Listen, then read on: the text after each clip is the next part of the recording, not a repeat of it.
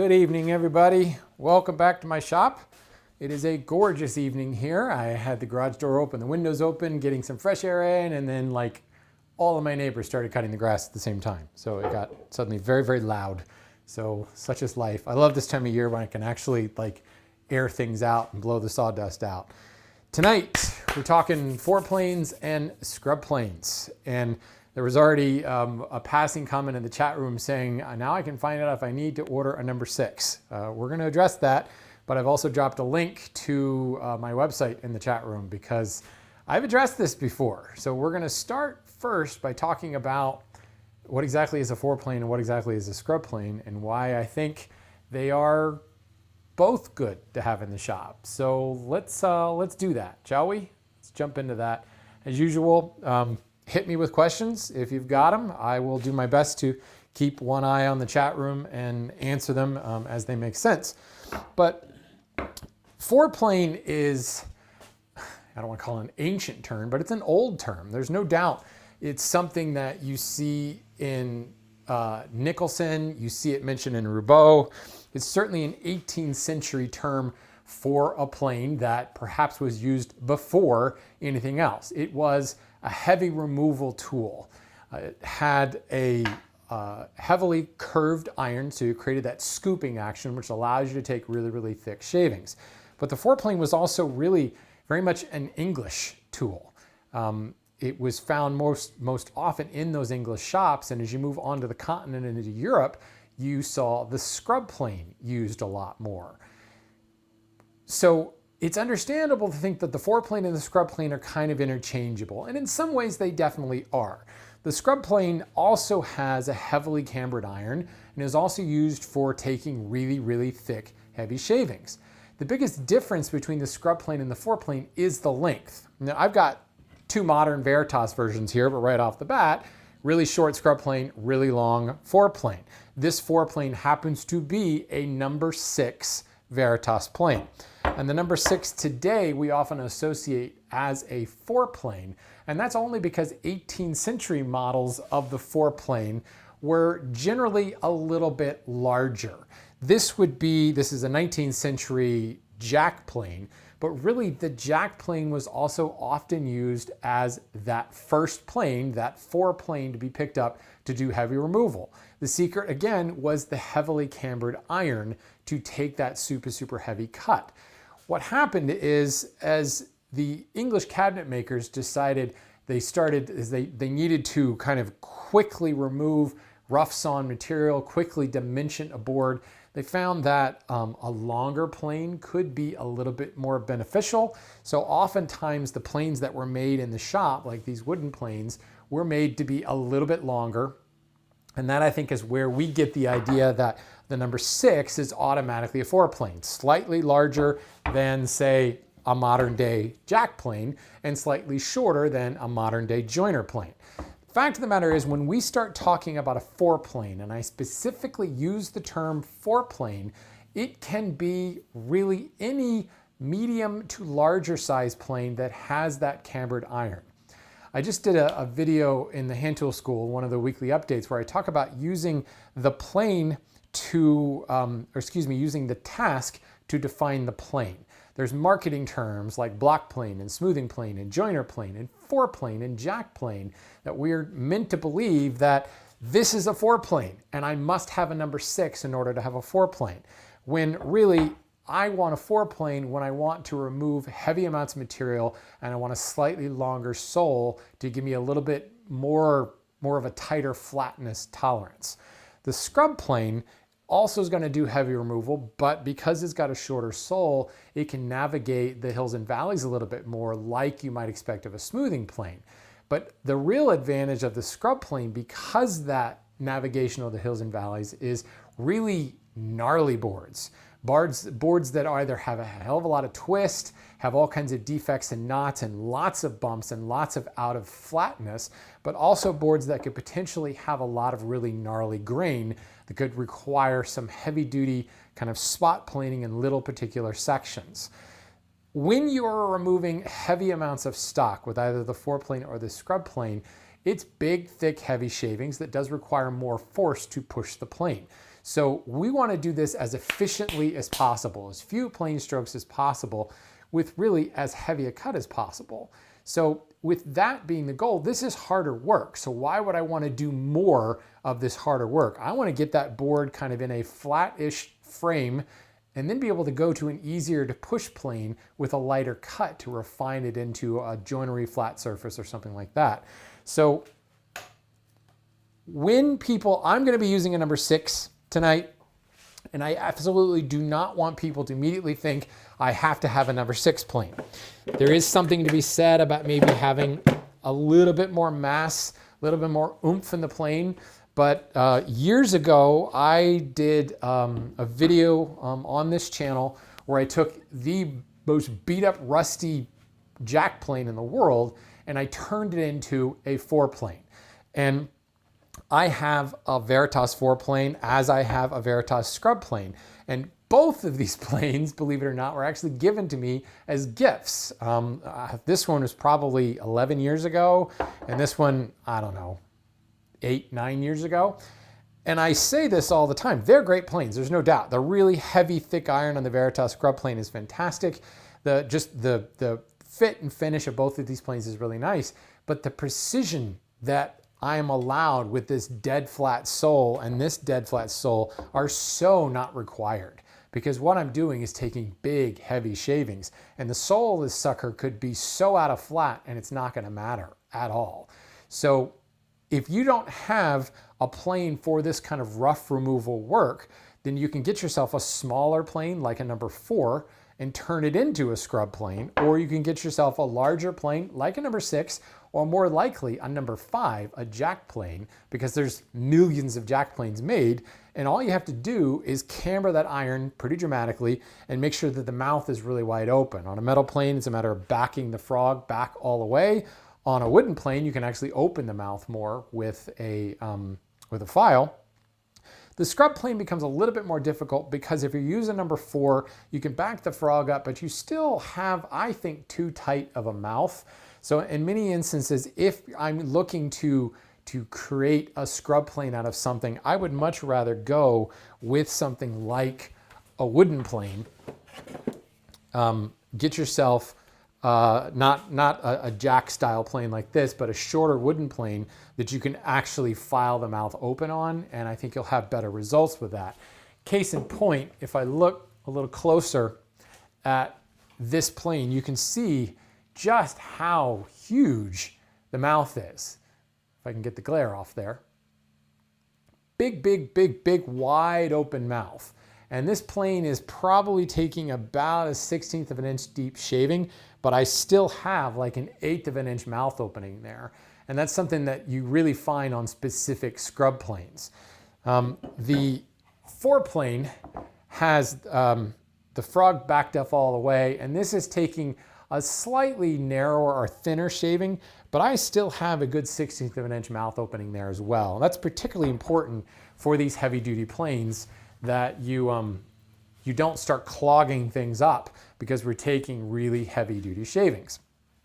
There are other manufacturers certainly of scrub planes, besides like Veritas and Lie-Nielsen. ECE Emmerich Company over in Europe makes those horn-handled scrub planes. I've used several of those. I don't know off the top of my head what those run for now, but you know, there again, there's a lot of precision provided to that tool that may or may not be necessary. You may be able to find smaller versions. All I have are toothing planes here and smaller wood versions, but you may be able to find smaller wooden planes, or heck, make like a laminated, like a Krenov style wooden plane. And that would be a great first plane to make, because the mouth doesn't have to be really, really tight. The sole doesn't have to be really, really flat. You could basically make one of those blindfolded and still end up with a highly effective scrub plane. But the point that I want to make tonight is, yes, both of these could do the same job. You know, if you could only have one, and if you're starting out, that's very likely, you know, you could have just a 4 plane or just a scrub plane, and it'd be just fine. If I had to choose one over the other, I would probably choose the scrub plane, because I find that it actually can take a heavier shaving because of that wider open mouth, because of the narrower blade and the more radical camber. This has a 3-inch radius curve on it, where this guy actually has a 9-inch radius curve on it. This gets really aggressive. The scrub plane's really aggressive and hogs off material really fast. And because of the shorter sole, I've got more access to even the wonkiest of boards. But what I want to show tonight is there is going to be a good reason for having both, and how actually using them as a team will make you even more effective. So let's, oh, good question. Tommy asked, you're converting a scrub. Do you prefer a 4 or 5? Definitely something smaller than a 5. I would go with a 4. So let's look down here. And if it's not clear why yet, Tommy, I'll show you why in just a minute, but it really comes down to that shorter sole. So I've got a piece of cherry here that, you know, right away, big giant knot in it, right? Well, anytime you see a knot, there's going to be either a high spot or a low spot there. This one, I can just run my hands over the board and feel that there is a high spot. You know, as the branch is growing out of the tree, the fibers are mounding and growing up into that branch. So you always end up with a slight hump there. Even when it's run through a planer, you'll see deformation like that. And a lot of times on the other side of the board, you will see that knot, if it goes all the way through, even if it doesn't, you'll see that as a slight hollow. So if I were to run a straight edge over this, I can clearly see that this knot is a hollow. And even just looking at the grain pattern, I can see how the fibers are stacked on one another and they're descending down into a hollow there. And on this side, I've got a big ol' curvature there. But there also is some other stuff going on. The way this board was cut, kind of heavily on a bias, the grain is really laying down at a steep angle. There is quite a bit of rock in this board and quite a bit, well, even more rock on this side. There's quite a bit of cupping on this side of the board. Not that much bow, a little bit of bow. But there's a lot going on here, a lot of high spots. So first and foremost, I've got a high spot right in here. And I've got a high spot in here, but the rest of this board is pretty flat. Feels flat to my hand. Looks pretty flat to my plane sole. So all of this, not too bad. If I were to go at this board with my scrub plane, the longer sole, the greater mass means that I'll be able to take a heavy shaving and a longer heavy shaving because I've just got more momentum running. If I run from end to end on this board, what's going to happen is it's going to hit this high spot and it's going to raise the plane up and I'm going to start skipping. The cut's going to stop right about here on the board and I'm going to ride up and over this knot. So I'm going to take, you know, obviously there's void here, but if I'm running to either side of that, I would take a little bit of a cut right here in the middle, and then it's going to run down the other side, hit this high spot again, and actually kind of bridge the gap. So we can see I've got not really a low spot. Well, we'll call this kind of the baseline back here. High spot in the middle that the plane actually wants to rock on, and another high spot back here. By the time it gets across, I'm bridging that gap. I'm going to miss all of this material in here, and I'm going to barely remove any material here because not only is this a high spot lengthwise, but it's a high spot across the width as well. So one pass down the middle is going to take very little material. Just checking to see which way the grain's running. And let's do this. Now, certainly you can take a really heavy cut and it's going to remove more material just because you're taking a heavier cut, but that can also get you in trouble.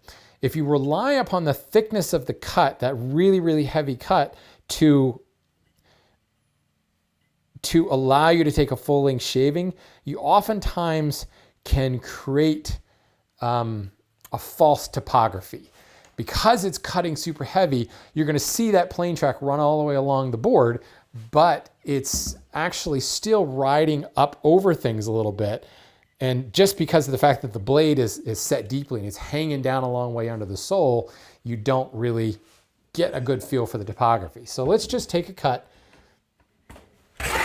right here. And basically exactly what I just said happened. I got a cut right here. This is the baseline. This is the semi-flat part of the board. Nice cut here, started to run up this edge, and you saw I went to the left of this. If I go right down the middle, over the center of that, the cut stops even earlier. So Here, going to the left of that, where the high spot is not quite as pronounced, and then going right over the high spot, the cut stops right there because the toe is rising up over it, and it didn't even hit anything on the rest of the board. Nothing at all. So, okay, let's not take a full length pass. Let's just focus on trying to do some spot planing here. So now, well, that didn't work. I just tried to take a cut again, and it took this little bit of this high spot right here, but it completely missed this section in the middle. So I could do, several more passes. I could really focus on the high spot and try to remove this high spot right in here, which will allow me to start cutting in the middle. But this is just a clear indication that this plane is too big. It's too long. It's spanning over all of these hills and valleys and making me work way too hard. I can grab my shorter scrub plane. Again, this is why I would want to use something like a number 4. I don't think I would go to a number 3 on this, but now with the scrub plane, I could take a full length pass, but that's not really what this is about. And this is where you'll see if I try to take a full length pass of the scrub plane, it'll do it, but it's a lot harder. It requires a lot more force to get this kind of up and going and to maintain that because it doesn't have the mass and therefore a lower momentum than the 4 plane. If you have a board that's relatively flat and it's of a decent size, in other words, longer than the 4 plane itself, 4 plane's great. It'll quickly lower that already somewhat flat surface, whereas the scrub plane's gonna have to work a little bit harder. But in this case, really what I wanna do is, I should probably adjust my plane first, shouldn't I? Yeah, it's not taking much of a cut at all. I now can just spot plane here. And I'm thinking this is probably the highest spot of the entire board.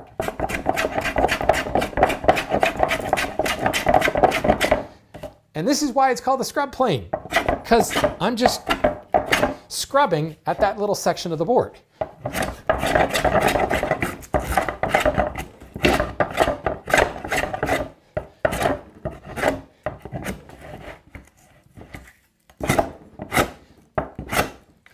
And now, just because I've got that nice short sole, I'm able to come in here and immediately just address this section.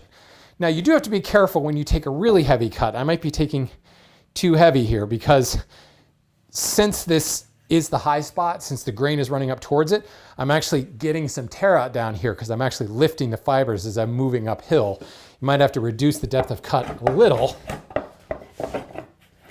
Sometimes even just going across the surface, I reduced my cut too much. Going across the surface can be a good idea here. But here again, I'm not trying to take full length passes. I'm just working on these little sections right in the middle, and let's go ahead and hit.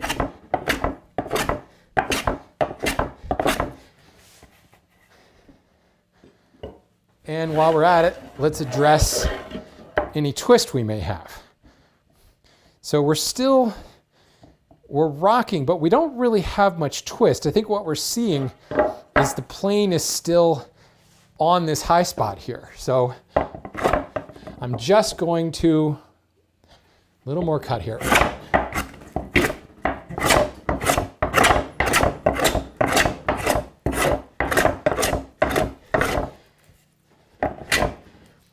Short little strokes.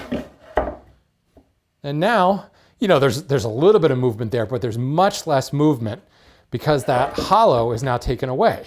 So now I could go and make this board fully flat, or as I like to say, bring it into a flat-ish scenario before I would move over to maybe something like a joiner plane. But rather than trying to finish this off and working harder with the shorter, lower mass scrub plane, it makes sense to come back with my 4 plane and now take those full length passes. I'm getting a little bit of skipping here. I didn't actually remove the high spot right there. So this skipping is telling me here's a spot where I should use the 4 plane again. Now there's a full length shaving. And there's a full length shaving. Well, I mean, they're not really shavings, they're chips. A little bit of skipping right there, but it's in a flat enough situation where the foreplane now does a much better job. Because now the longer sole of the foreplane is spanning any of those gaps.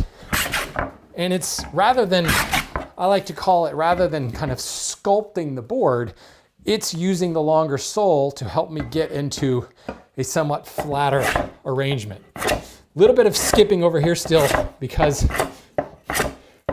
we are still pretty high right around this knot. This is particularly nasty grain here.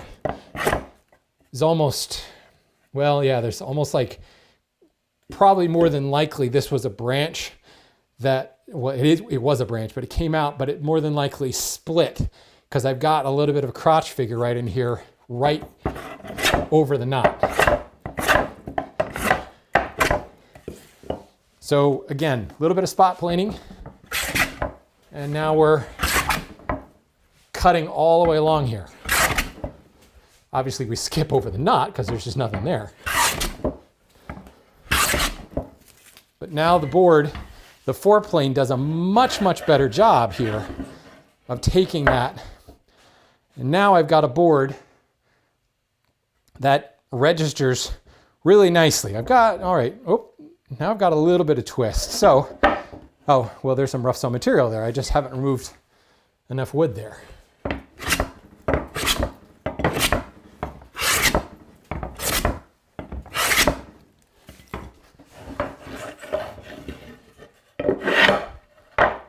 And bingo. This board is flat. I mean, it's registered really well on the bench. If you were to embrace, you know, kind of a hybrid milling point, if you have a power planer over in the corner, which I do just off camera, this is now registering firmly without any rock, without any movement on the bench, so I could run it on the bed of the power planer and get myself a parallel edge. But I'm also in a situation now where the board is flat enough, and actually it looks pretty good. I've got some scallop marks here and there. I've got some tearing, but I don't really need to worry about that right now. Also because I have no use for this board. This is just a demo. But depending if this were in a project, I could assess what was important here, where I needed to have joinery, whether this needed to be that flat, what was gonna happen, and I could go from there. But really, this board is in a flat-ish state, so now I could go to a joiner plane or maybe a jack plane without a cambered iron and flatten out any of those scallop marks that I just created. So using both of these planes together made that process a hell of a lot more efficient. I could have done it with just the foreplane, and I could have done it with just the scrub plane, but I would have had to work a lot harder. And I really don't think I would get the same accuracy of results because I'm forcing this plane to work kind of beyond its means. I'm forcing it to take these longer strokes that a shorter plane like this is just really not good at. But this guy, good at spanning those valleys and little valleys, but the mass on this makes the work a lot easier. But as you saw right off the bat, skipping over that stuff, I would have had to probably go up and down the board several different times before I finally started to cut into that. And then I also worry that I would have gotten even more tear out because I don't have that kind of micro control to take these little short strokes. Because, let me come back to the tight shot here. Certainly I've got tear out here. It's not that bad. I could clear this up pretty quickly with a smoothing plane or even a card scraper if I needed to. But with the foreplane, as I'm spanning over this and not getting any cuts, I would have a tendency or an inclination to deepen my cut in order to get that to take a cut there. Well, then I'm going against the grain and lifting out fibers like crazy and getting tear out that's a 1/16 of an inch deep, 1/8 of an inch deep. That's going to take a lot of planing to remove it and also thin out the board a lot to remove it. Here, I can take these short little strokes knowing that, you know, the wood is rising up this way. So as I plane off this direction, off the back side of this knot, I'm planing downhill. But I don't want to just go off the edge of the board because then I'll actually start to reduce, I'll start to take more material out of here and I'll create a low spot behind it because I've got this high spot here. Likewise, if the tear out were getting too bad, I can flip the board around and plane downhill here. And again, really short strokes and remove that tear out. But I've got the ability to kind of do that micro work that you can't do with a longer plane. It's just not possible. It's also really difficult to actually see what you're doing when you've got that big long sole that could be getting in the way. So let's flip this and look at it from another perspective. What's the width of the iron engaged with the scrub? Well, it depends upon how thick the shaving is. Right now, with a pretty heavy shaving, is that what I'm trying to say? With a pretty heavy shaving, I'm taking, well, first of all, what is this, 1.5? Yeah, it's a 1.5 inch iron. I am taking,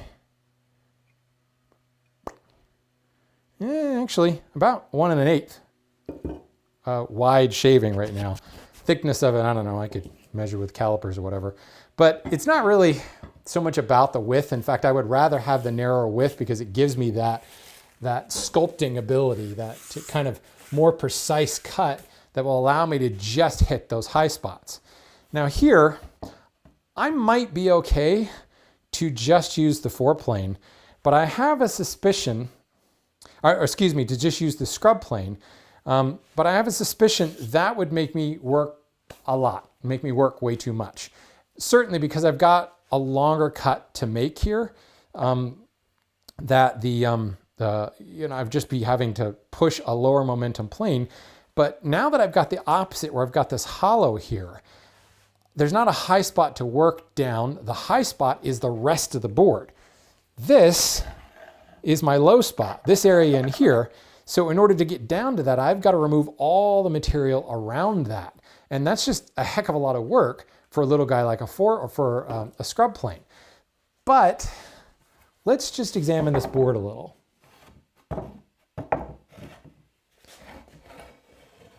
Okay, so we're good, just like we saw on the other side. We're pretty flat already here. This low spot is definitely pronounced, but we can look at it as a low spot, or let's get fancy and change colors. Instead of thinking of it as a low spot, we could think of it as 2 high spots, or more likely, yeah, as I expected. Remember we had a high spot right around the knot and a high spot downstream, if you will. That's going to translate to a low spot either side of there and a low spot right there. Or excuse me, a high spot. So, sorry, I just did that backwards, didn't I? I totally did, my bad. Ignore this in the middle. This is low spot again. Green is the low spot, and I've got a high spot on either side of it. Just use the straight edge, dummy. Yeah. So now, instead of me thinking, well, I'm just gonna use my foreplane and plane along the whole surface, and this board is relatively flat, that I could probably do that. But I think what I'm gonna find is better luck by doing this.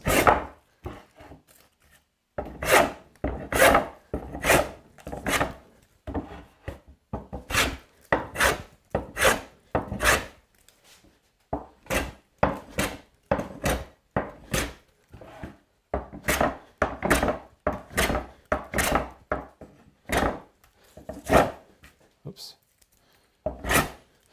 Now, I can come back with a foreplane.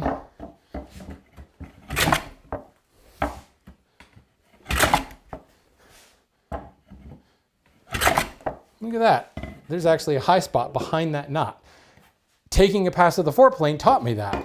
I was able to get the shavings through here and a little shaving there, so I obviously have a high spot right in there. So here again,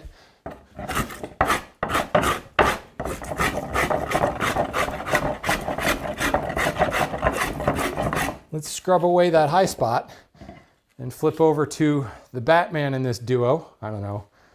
This guy's little, so I'm going to call him Robin. We're going to call this guy Batman. Not passing any judgment on who's more effective, especially when you get into those Nightwing days. I think he kind of kicked Batman's butt.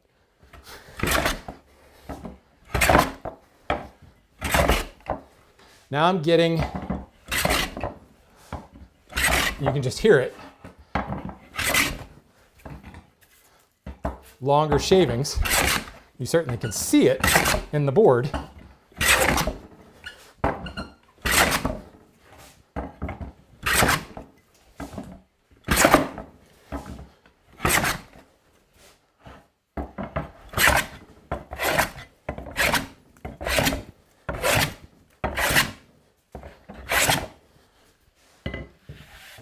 Now this board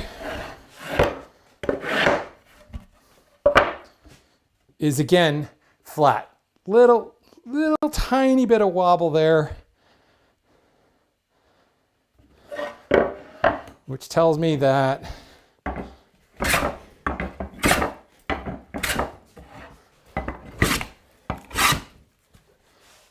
I can probably, yep, now I've removed the twist just from those little high spots there. So again, this board could be run through a planer. I could then go grab my joiner plane or whatever I needed to take this to the next level of flatness, whatever was required by the project. Crap, just lost my train of thought. I was gonna say something really profound too. Probably not.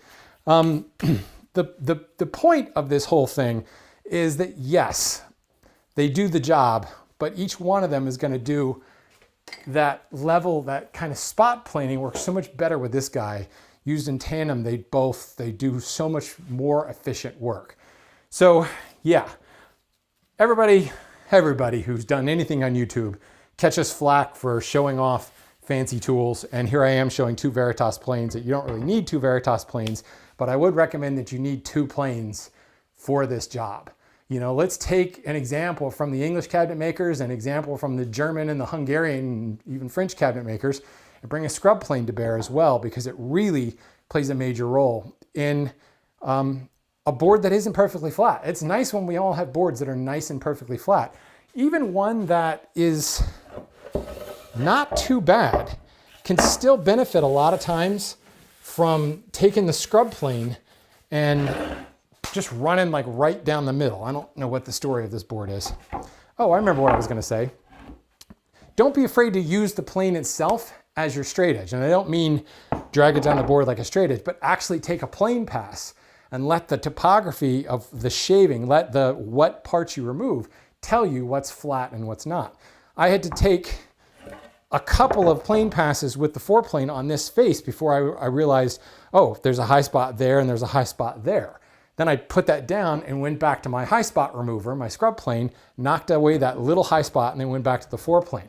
Sometimes it's just hard to tell, especially with a rough sawn surface, exactly what's going on. You need the plane to actually cut to be your gauge. You know, I suppose there's gonna be a situation where I'm trying to get a full inch thickness out of this 4/4 board and every plane pass is precious. I recommend if that's the case, change your design so you don't need a full 1 inch thickness, or go get some 5/4 and do it that way. But a board like this that isn't quite so gnarly, doesn't have such pronounced hills and valleys, I might be able to just use the foreplane, but you also find your typical board's gonna have some cup to it, right? There's gonna be a high spot. So sometimes it just makes sense to use the scrub plane and just run right down the middle of the board. Now I actually have a use for this. I don't actually want to do a bunch of planing on this right now. There are some knots. What I would probably do is just hit right at those knots.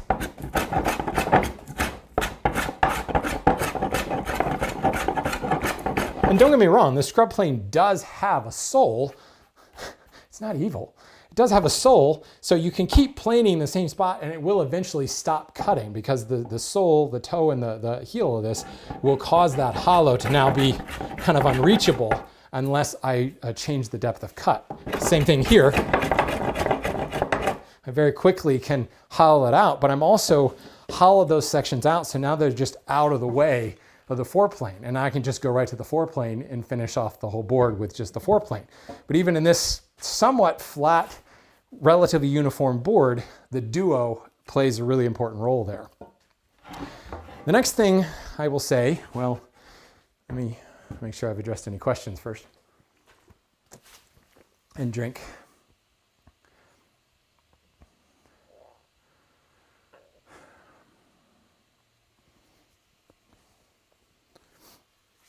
Would a number 4 and a 5 be a good scrub 4 combo? Absolutely. That's what I discussed at the outset. Absolutely. Great combo. Some of this will be dictated on the type of work that you do.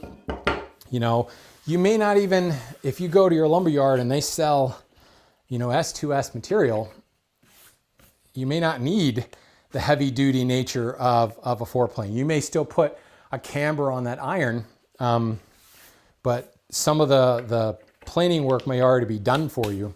So it will change. If you're buying a lot of our common grade lumber, number 1, number 2 common, you're gonna have a lot more knots. You're gonna have a lot more wicked boards like we just had with this guy. I mean, I actually cut this off of another board and used the rest of it for a project. This was an offcut, but you'll have a lot more crap like this that maybe you're cutting around. I mean, honestly, if I were using this as a project board, unless I wanted to feature the knot, I would probably cut my parts out first before I did any planing, right? Fastest way to flatten a board is with a saw, not with a plane. But if you are in a situation where you do work with projects that require longer, larger parts, then the 4 scrub combo might actually be a number 6 and a number 4. Going a little bit larger than the number 5, like we have here, does give you a little bit more length, a little bit more mass. But as we just saw, that can sometimes be a detractor. And having the little guy around is going to make things a heck of a lot easier. There's another time where this duo can be really beneficial. Got a board here that was actually riven, and you know, it split in a very weird way. So I've almost got this V groove in the middle here, high on one end, high on the other.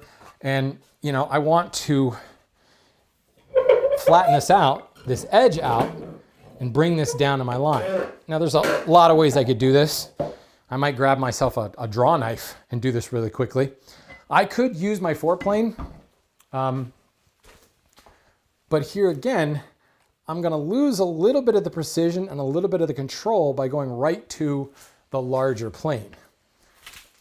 I think what makes more sense is to go to the scrub plane and first take down the high edge right there. Take down the high edge there. And now I'm going to try to unify these 2 edges just by going diagonally from this corner to that corner. And now I've got those 2 high spots in the same geometric plane. And there's one thing I can say, if I have, say, this board, maybe I need to take it on my line and this board is 1 inch too wide or 3/4 too wide or something like that, this scrub plane will scrub down to that line so much faster than reaching and getting a saw. Grabbing a saw and, you know, pulling this out of the vise and setting it up however you're going to make that saw cut is going to take you more time than it will to actually use this scrub plane to take it all the way down. A board that's this length, this is actually tailor-made for the scrub plane. And you see this discussed in some of the older texts where the scrub plane was actually used as an edge tool, specifically to bring a board very quickly down to width. So that's another thing that's really nice. And because it's relatively small, I can do these short little passes like this. And you know, unless you're dealing with really, really thick stock, the narrow blade doesn't really matter. But here again, a lot of people struggle with how do you get, you know, the edge flat and the edge square. And I think the biggest problem is people try to do too much sculpting with a large plane. And let's clarify that again. There's planing, there's flattening, and then there's sculpting. What I just did with the scrub plane was sculpt this edge. It was not even close to flat. It was off by, you know, 1/4 inch in one area. It was high over here, high here, huge gaps in the middle. That's not I could sit there and try to plane it, but it would take 20 passes to get what I just did with this guy really, really quickly. Now I'm in a relatively flat, well, no, I'm not even close to flat. I got a real low spot, but I've got this one geometric plane that I just created with the scrub plane. That gives me something this plane will rest more stably on. If I tried to take this plane and rest it on the edge when we started, it would fall off. It was that out of square. So that's the other thing. If I were to just put a little pressure down on this knob and take a pass, the plane wants to adhere to the reference surface that we've created. Even though this, quote, reference surface isn't anywhere close to flat, I've still got a groove down the middle. It's flat enough that by pressing down on it, it will adhere to the surface that I've already created. And I'm not trying to lean it over and take a high spot down, or skew it in order to take a high spot down, or even adjusting the blade laterally from one side to another, or relying upon the curvature to remove more material on one side or the other. I'm just pushing straight down on it. And now I've removed that groove from the middle, and I'm really close to flat. I've got a pretty heavy low spot down here still. Now that low spot's gone, and, well, this is now flat. Is it square? I don't know. I wasn't really trying to make it square. I was just kind of channeling my inner square.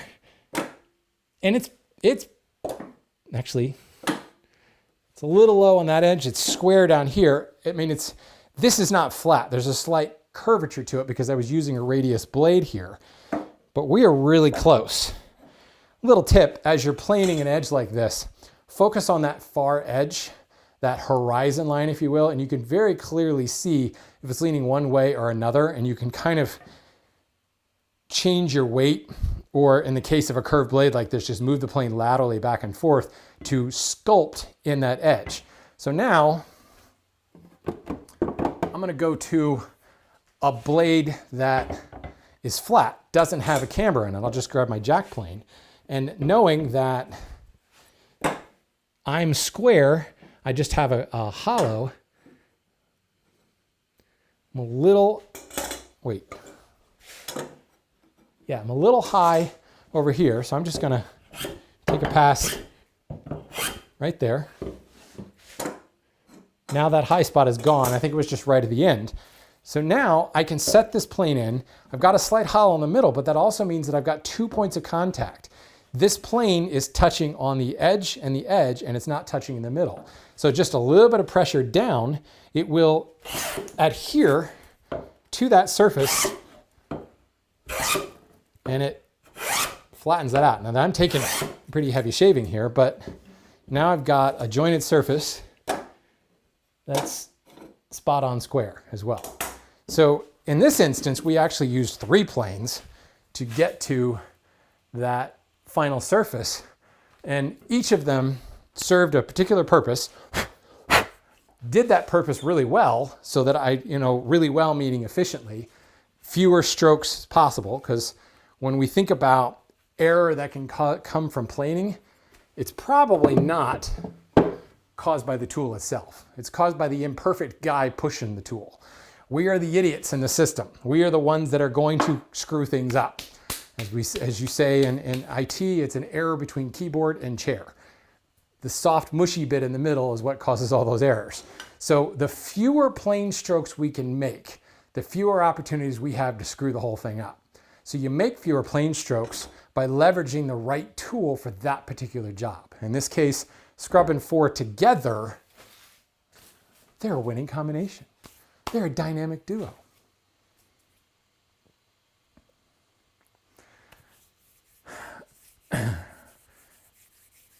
So John asked, would I spend money on a new one on eBay? I talked about this at the beginning. You probably missed it. No, I would not spend money on a new one. As I've said 1,000 times over the years, those Veritas planes, they were gifts. I would not have bought them. My mother-in-law is wonderful. She buys me cool tools. It's a waste of precision, total waste of precision. Dead flat sole on the Veritas number 6. And I'm mostly taking 16th or heavier shavings off of it. Ridiculous to have that kind of precision. Same thing with the scrub plane. So yeah, I would buy used. That restoration video I did on this channel, I actually called Josh Clark up at Hyperkit and said, Josh, go in the back and dig out the nastiest number 5 that you can find. I wanted to have a blade. I wanted to have all its parts, but I don't care if it's rusty. I don't care if the sole's ridiculous. That's all I want. And with the number of jack planes the Stanley Company made, you ought to be able to find one. I didn't even put a straight edge to the sole because I don't care. The thickness of the shaving we're going to take, it's ridiculous. No need to flatten it, no need to do any of that. So Matthew asked, would a narrow width of the number 3 make it a better option for a scrub plane compared to the number 4? It's worth a shot. I mean, what's better? I don't know. I mean, number 3 versus a number, what's a scrub plane? 110, something like that? I don't know. Scrub plane versus a number 3. It's shorter, certainly. It's going to navigate the hills and valleys a little bit more. You are missing some of the mass. Now, this is a Wood River that is just a little bit more massive than what I would expect to find in a vintage Stanley. But this could be a real advantage. On this board, where the knot is relatively small, this scrub plane started to actually be a little too long. It started to span that valley a little bit, and this guy would be better off. So yeah, I mean, vintage number 3s, I find are not as readily available as number 4s though. So it just depends. The answer is always yes, it would work depending upon the situation. If you have a board that doesn't have as radical a high spot or radical a low spot, you don't really need the plane to navigate that little valley as well. So, I mean, this plane, the scrub plane, and the Stanley scrub planes it's modeled after are longer than your typical number 4, but shorter than your typical number 5. So, yeah, you can make a case for both. Largely depends upon the situation. I mean, you could have 4 scrub planes in the shop, all of different lengths if you really want to get crazy. And you could leverage those scrub planes based upon the topography of the board. Because the one thing that's always going to change in woodworking, this is organic. It grows on trees. It's different. This board to the next board is going to be different. Even if it came out of the same damn tree or the same board, it's going to be different. So, we can continue to plane away with the same tactics, or we can adjust based upon the topography of the board. If you have the ability to have multiple planes in your shop, you'll be even more efficient, but you'll also have a lot more places to store them. So yes, if you scroll up to the top of this chat room, and I'll actually drop the link in the description of this video for those of you watching it in the far distant future, boat anchor to foreplane is the episode. It's a Renaissance Woodworker around 165, and I also grind the camber on the blade in there as well. So anybody who's looking for info on how to actually grind a foreplane camber, it's all in there. So,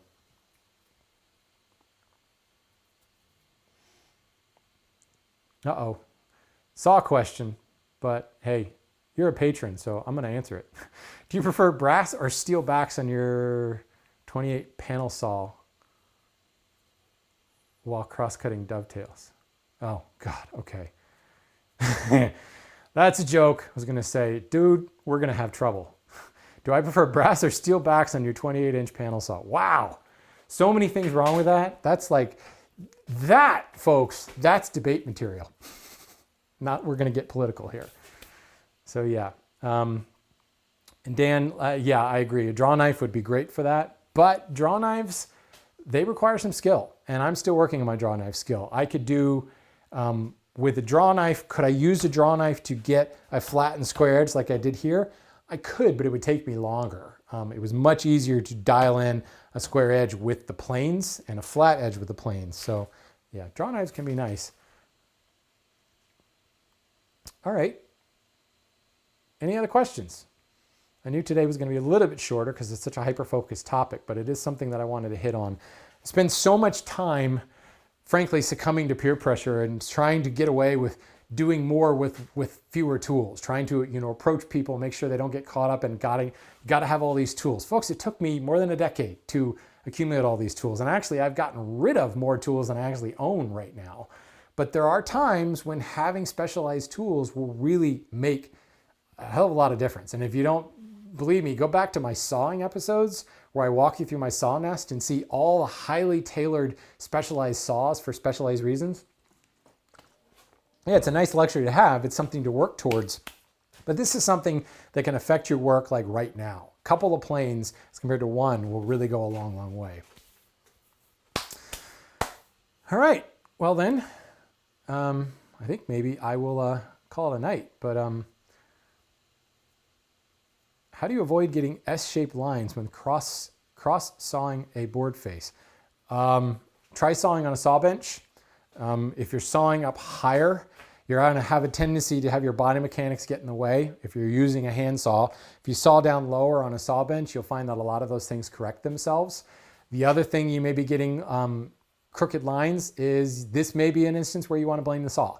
Take a look at your saw, the tooth line of your saw, and if the saw itself has a pretty heavy bow, as I sight down it, if it has a heavy curvature, if it's slight curvature, that's not a big deal. The saw is flexible for that reason. If you have an S-bend in it though, that's really hard to correct, and that will often cause you to saw crooked lines. The other thing you want to do is set up to saw, and if you can, put a mirror in front of you or put like a video camera on you and film yourself sawing straight on and then sawing in profile, and watch your elbow.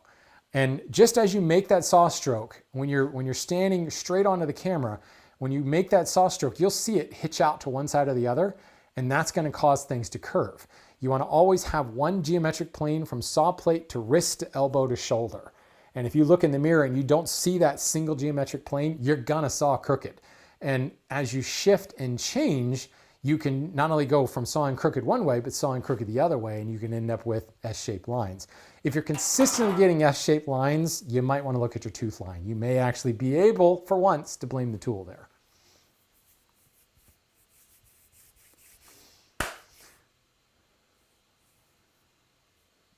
Cool.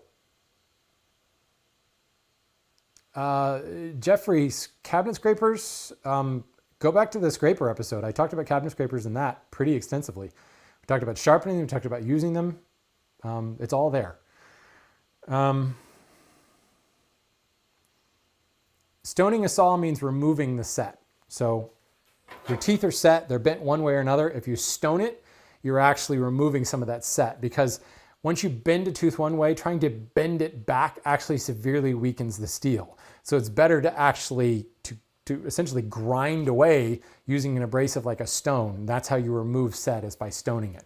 Stoning can also help you to steer a saw. If a saw is automatically cutting and leaning one way or another, you can stone the side of the saw and allow it to come back into line, because it's set too hard, too heavily in one way or the other, and it's pushing the saw.